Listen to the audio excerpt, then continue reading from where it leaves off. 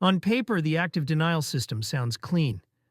The system emits millimeter wave radiation that penetrates less than a millimeter into human skin, rapidly heating the surface and triggering an overwhelming sensation of burning pain. The goal is simple: force a person to flee instantly. The pain is described as unbearable, instinctive, and impossible to ignore.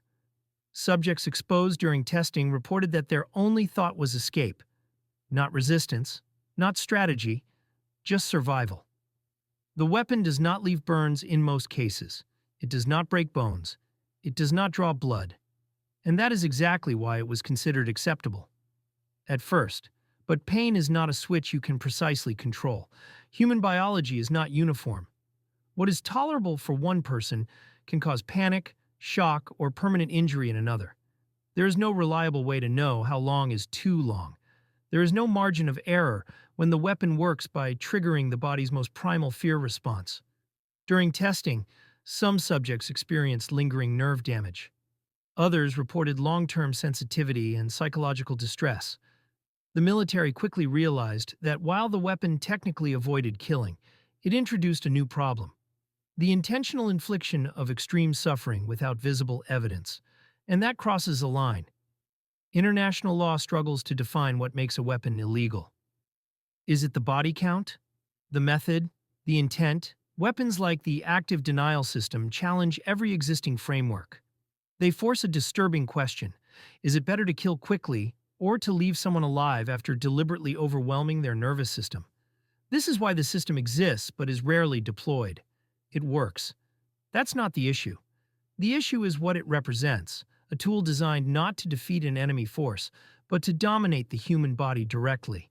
And then there are weapons that don't even target the body.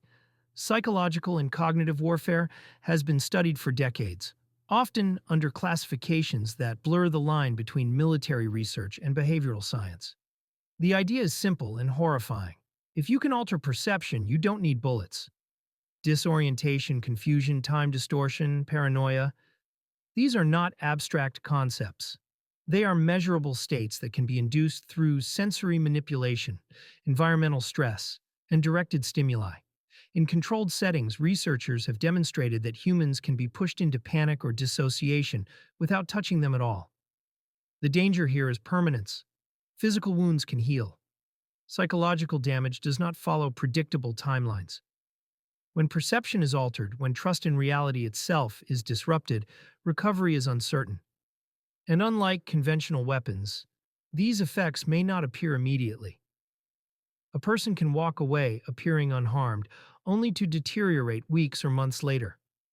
This is one of the reasons such systems are considered unusable in open conflict. You cannot easily measure the harm, you cannot contain the fallout, and you cannot guarantee that civilians won't be affected. But development continues, because warfare is not driven by morality. It is driven by fear of falling behind. The United States understands that if it does not explore these technologies, others will. Rival nations do not operate under the same ethical constraints, nor are they bound by the same transparency. The logic is brutal but consistent. It is better to know how these weapons work than to face them blind. So research is reframed. These are not weapons but defensive systems. Not attacks, but crowd control. Not harm, but compliance. Language becomes a shield. Another category that exists largely in silence is electromagnetic interference. The ability to disrupt electronics, communications, and infrastructure without firing a single shot. At scale, this kind of weapon can paralyze a city. Hospitals lose power, transportation collapses, communication disappears. Again, no explosions, no visible violence, just chaos. The ethical problem is immediate. Modern civilization is fragile. It relies on interconnected systems that fail catastrophically when disrupted. An electromagnetic attack does not distinguish between military targets and civilian dependence. It turns everyday life into a survival scenario. And once deployed, it cannot be undone. What makes all of these weapons uniquely dangerous is not their strength, but their ambiguity. Traditional weapons create clear lines. An explosion is an act of war. A bullet wound has a cause. Responsibility is visible. These systems erase that clarity. If a crowd disperses in panic, who was attacked? If a soldier collapses without injury, what happened? If a city goes dark without damage, who is accountable? This ambiguity is strategic, and deeply unsettling. The United States officially acknowledges that many of these technologies exist. It does not deny their effectiveness.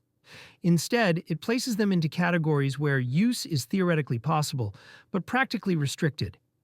They become tools of last resort, or tools meant to exist without ever being used. But history suggests that anything created eventually finds a use, sometimes indirectly.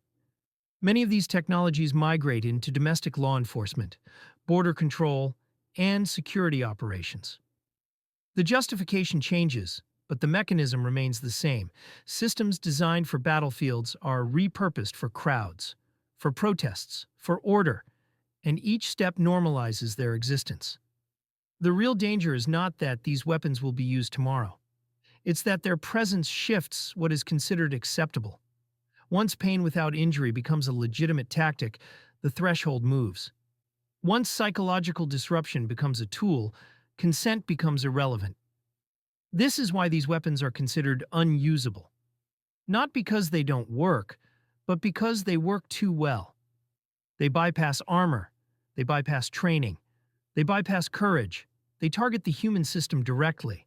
And that is the line modern warfare pretends not to cross. Because once you accept weapons that attack perception, pain, and cognition as standard tools, war stops being about territory or power.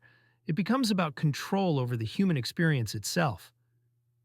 These systems sit in storage facilities, test ranges, and classified documents.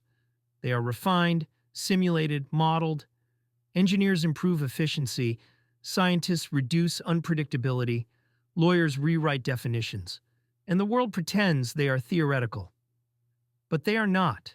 They exist. They function. They have been tested on real people. The only thing holding them back is restraint, a fragile concept in times of fear.